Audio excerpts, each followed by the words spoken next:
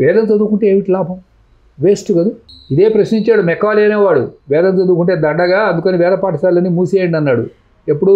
1832 ఫిబ్రవరిలో. Yes, that record is there with me. మన దురదృష్టవశాత్తు వేద శాఖలు చాలా నశించిపోయినాయి. 1131 శాఖలు ఉండేవి, ఇప్పుడు 20 శాఖలు కూడా మన దగ్గర లేవు అని పోయినాయి. ఎట్లా పోయినాయి అంటే విదేశీ దండయాత్రలు వచ్చి వాళ్ళు లైబ్రరీలు తగలబెట్టారు. అందరికీ నమస్కారం. నా పేరు ప్రొఫెసర్ ముదిగొండ శివప్రసాద్. ఈ ఏకదంత ఛానల్ వీక్షిస్తున్నటువంటి ప్రేక్షకులందరికీ కూడా విశ్వావసునామ సంవత్సర దీపావళి శుభాకాంక్షలు. నేడు ఒక ముఖ్యమైనటువంటి అంశంతో మీ వద్దకు వస్తూ ఉన్నాను. అదేమిటి అంటే వేదో అఖిల ధర్మ మూలం. ఈ వాక్యానికి అర్థం ఏమిటి? అఖిల ధర్మములకు వేదమే మూలం. అఖిల ధర్మములు అంటే ఏమిటి? ధర్మం అనే మాట ఒకటే కదా, అందులో ఇంకా భేదాలు ఉంటాయా అంటే ఉంటాయి. వ్యక్తి ధర్మం వేరు, రాజధర్మం వేరు, గురుధర్మం వేరు. ఒక తండ్రి ఉన్నాడు, అతడు కొడుకు ఎడల ఒక రకంగా ప్రవర్తిస్తాడు, దాన్ని కుటుంబ ధర్మం అంటారు. అతడు ప్రభువుగా ఉన్నాడు అనుకోండి, అప్పుడు ధర్మం మళ్ళీ మారిపోతుంది. ప్రభువుగా అతడు శాసనం చేయాలి. కాబట్టి ఇంట్లో కుటుంబంలో తండ్రిగా, ఒక దేశానికి రాజుగా ఒకే వ్యక్తి ఉన్నప్పుడు మళ్ళీ 2 రకాలుగా ఉంటాయి ధర్మాలు. కాబట్టి ధర్మం అన్నటువంటిది స్థూలంగా చూచినప్పుడు వేదో అఖిల ధర్మ మూలం. ధర్మం అన్నటువంటిది ఒకటే అయినా కూడా వీటిల్లో మళ్ళీ తమ భేదాలు మనకు కనపడుతూ ఉంటాయి. వేదము ప్రభు సంహితము అంటారు. అంటే మన ఇండియన్ కాన్స్టిట్యూషన్ ఉంది, ఫర్ ఎగ్జాంపుల్ తీస్తున్నా, మీకు ఉదాహరణకు అర్థమయ్యే భాషలో చెప్దామని. ఈ కాన్స్టిట్యూషన్ ఇలాగే ఎందుకు ఉండాలి అని క్వశ్చన్ చేసే అధికారం నీకు లేదు. You have to obey. రోడ్డుకు ఎడమ వైపునే పోవలెను, ఎర్ర లైట్ పడగానే ఆగవలెను, పచ్చ లైట్ రాగానే మళ్ళీ వెళ్ళవలెను. లేదు సార్, ఎర్ర లైట్ వేసినా నేను ముందుకు పోతాను అంటే వెంటనే మీకు చలానా రాస్తారు. అవునా కాదా? ఎందుకని? నీ ఇష్టం లేదు ఇక్కడ. You have no choice, you have to obey the order. ఇదిగో దీనిని వేదము అంటారు. వేదంలో చెప్పిన దాన్ని మీరు ఒబే చేయాల్సిందే కానీ ఇదేమిటి అని క్వశ్చన్ చేసే అధికారం మీకు లేదు. మరి ఎందుకు అలా చేశారు? సత్యం బ్రూయాత్ ప్రియం బ్రూయాత్ న బ్రూయాత్ సత్యం ప్రియం ప్రియం జనామృతం భూయాత్. ఏషధర్మ సనాతన. నిజం చెప్పాలి. నిజం చెప్పాలి అంటే నేను అబద్ధం చెప్తే మీకేంటి నష్టం? అంటే మీకు నష్టమే, నాకు నష్టమే. సమాజం ఎట్లా నడుస్తుందండి? అవునా? కాబట్టి వేదాన్ని ఒబే చెయ్యాలి, క్వశ్చన్ చేసే అధికారం నీకు లేదు. ఇంతకు వేదం అంటే ఏమిటి మళ్ళీ వచ్చింది.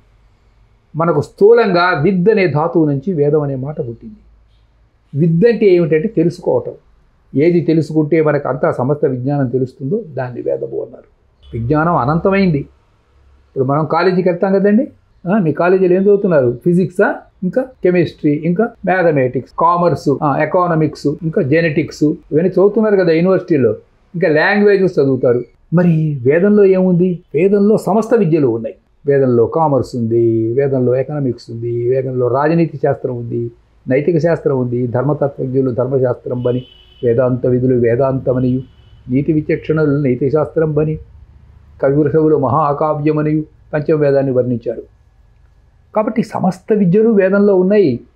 అయితే అవి ఎక్కడెక్కడ ఉన్నాయో చూపించండి అని మీరు అడగవచ్చు. అది తెలుసుకోవాలంటే ముందు మీకు సంస్కృత భాష రావాలి. మీకు సంస్కృతం రాదు, సంస్కృతం మీద కనీసం గౌరవం కూడా లేదు, ఎట్లా వస్తుందండి? వేదములు 4. మొదటిది ఋగ్వేదము. ఈ ఋగ్వేదంలో సూక్తాలు అంటూ ఉంటాయి, సూక్తములు అంటారు. సూక్తి, సు అంటే మంచి, ఉక్తి అంటే మాట, గాస్పెల్ అన్నమాట. గాస్పెల్స్. ఉష, పవమాన సోముడు, అగ్ని, ఇంద్రుడు, దుర్గా, శ్రీ అంటే లక్ష్మి, ఇలా రుద్రుడు, ఇలా చాలా అశ్విని దేవతలు, ఇలా చాలా సూక్తాలంటూ ఉంటాయి. ఈ సూక్తాలు ఆయా దేవతలను స్తుతించేటటువంటివి. అయితే ఇందులో మేజర్ పార్ట్ అంటే సింహభాగం ఇంద్రుడి యొక్క స్తుతులే ఉంటాయి ఋగ్వేదంలో. అంటే మొత్తం ఒక 100 ఉన్నాయి అనుకోండి, 100లో అధిక భాగం ఇంద్రుడి యొక్క స్తుతులు ఉంటాయి. తర్వాత నెక్స్ట్ సెకండ్ అగ్ని యొక్క స్తుతి ఉంటుంది. ఇంకా మిగతా అన్ని దేవతలు కలిపి మిగతా ఈ దేవతలు వీళ్ళందరూ కూడా మనకు ప్రకృతిలో కనపడే దేవతలే. ఈ దేవతలు ఋగ్వేదంలో ఉండే దేవతలు. ఇక తర్వాత యజుస్సులు అని అన్నారు. యజుస్సు అంటే యజుర్వేదం. ఈ యజ్ఞం చేస్తారు. అవునా? యజ్ఞమే కదా మరి మన సంస్కృతికి మూలం. మరి యజ్ఞం ఎలా చేయాలి, యజ్ఞకుండం ఎలా నిర్మించాలి, అందులో ఏం మంత్రాలు చదువుతూ ఈ హవనం చేస్తారు, నెయ్యి వేస్తారు. సామం ఇది చదివేటప్పుడు పాటలు పాడతారు. పాటలు అంటే సినిమా పాటలు కాదు. పాటలు అంటే ఏమిటనమాట, ఈ వేద మంత్రాలనే పాటల్లాగా పాడతారు. అందుకనే మళ్ళీ ఋగ్వేదంలో ఉన్నవే ఇందులో వస్తాయి. ప్రతి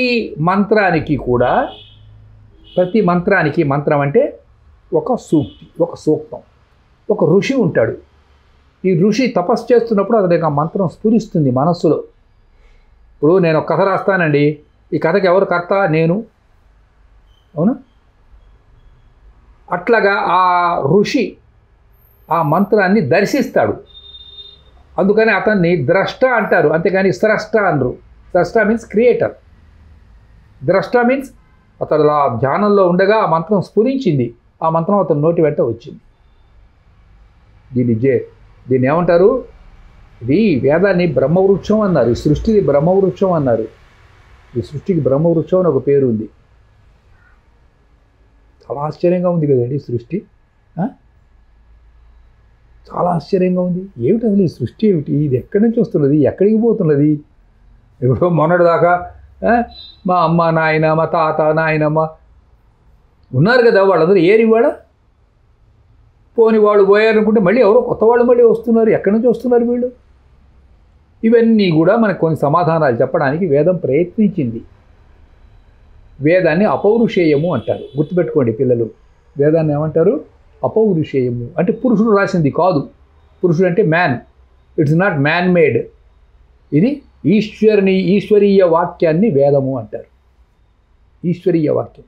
ఇప్పుడు కాళిదాసు ఏం రాశాడు అంటే, కాళిదాసు అభిజ్ఞాన శాకుంతలమును రచించను.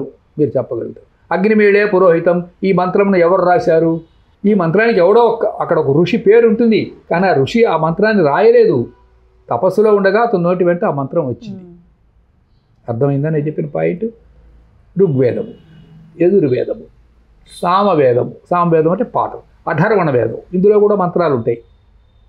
ఈ అధర్వణ వేదంలో ఎక్కువగా ఏముంటాయంటే ఈ గృహానికి కావలసినటువంటి విశేషాలు, ఉపనయనం మొదలైన సంస్కారాలు, అనారోగ్యం వస్తే మనం ఏ మూలికలు వాడుకోవాలి. మొత్తం 350 మూలికలు ఉన్నాయని ఎవరో చెప్పారు, కౌంట్ చేశారు కొందరు. అందులో చాలా మూలికలు రకరకాలు.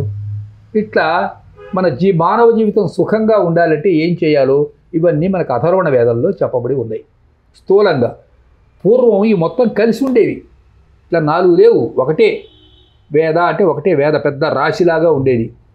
అయితే కలియుగం ప్రారంభంలో ఇంత రాశి ఈ మొత్తం అంతా చదవలేరు, ఇంకా వచ్చే జనరేషన్స్ వాళ్ళంతా వీళ్ళు చాలా వీక్ మైండెడ్ పీపుల్ అని ఏం చేశాడంటే, బాదరాయణుడు అనే పేరు కలిగినటువంటి వేదవ్యాసుడు వీటిని ఋగ్, యజు, సామ, అధర్వణ అని 4గా చిన్న ముక్కలు చేశాడు వేదాల్ని. ముక్కలు చేసినా ఇందులో చాలా ఉన్నాయి. ఉదాహరణకి ఋగ్వేదం తీసుకోండి, 10,500 చిల్లర మంత్రాలు ఉంటాయి. అవి కూడా చదివేవాళ్ళు లేరు ఇవాళ. మన దురదృష్టవశాత్తు వేద శాఖలు చాలా నశించిపోయినాయి. 1131 శాఖలు ఉండేవి, ఇప్పుడు 20 శాఖలు కూడా మన దగ్గర లేవు అని పోయినాయి. ఎట్లా పోయినాయి అంటే 2 రకాలు పోయినాయి. విదేశీ దండయాత్రలో కొంత సాహిత్యం తగలబెట్టేశారు. విదేశీ దండయాత్రలు వచ్చి వాళ్ళు లైబ్రరీలు తగలబెట్టారు, పోయింది. అలాగే మన నిర్లక్ష్యం వల్ల, ఇప్పుడు ఫర్ ఎగ్జాంపుల్ మా తాతగారు వేదం చదువుకున్నాడు, ఆయన కొడుకులు ఈ ఇంగ్లీషు విద్య చదువుకున్నారు. వాళ్ళ కొడుకులు అమెరికా వెళ్ళిపోయారు, వాళ్ళకి తెలుగు కూడా రాదు మాతృభాష. వాళ్ళకి పుట్టిన పిల్లలకి ఇంకా వాళ్ళు అమెరికా అక్కడే ఉండిపోతారు. అర్థమైందా నేనేం పాయింట్ చెప్పాను? మన కళ్ళ ముందే ఇట్లా 2 జనరేషన్స్లో పరిణామం కనపడుతున్నది కదా. అలాంటప్పుడు ఇన్ని వేల సంవత్సరాలలో ఎంత మార్పు వచ్చిందో మీరు గమనించండి. ఇట్లా వేదము నిరాదరణకు గురి అయిపోయింది. చదువుకునేవాళ్ళు లేరు, వేదం చదువుకుంటే ఉద్యోగాలు ఇచ్చేవాళ్ళు లేరు, కంప్యూటర్ చదువుకుంటే ఒక భోజనం వస్తుంది, ఒక ఎంఏ చదువుకుంటే ఎక్కడన్నా ఒక టీచర్స్ పోస్టో, లేకపోతే ఇంకెక్కడన్నా ఒక ఆఫీసులో ఒక లెక్చరర్ పోస్టో, ఆఫీసులో ఒక క్లర్క్ పోస్టో. వేదం చదువుకుంటే ఏమిటి లాభం? వేస్ట్ కదా. ఇదే ప్రశ్నించాడు మెకాలే అనేవాడు. వేదం చదువుకుంటే దండగా, అందుకని వేద పాఠశాలని మూసేయండి అన్నాడు. ఎప్పుడు? 1832 ఫిబ్రవరిలో. Yes, that record is there with me. I'm having that Thomas Babington Macaulay's letter. అది మొత్తం 32 పేజీలు ఉంది ఆ letter. That letter is there with me, original letter. ఇట్లా వేదము ఎడల నిర్లక్ష్యం మొదలైపోయింది.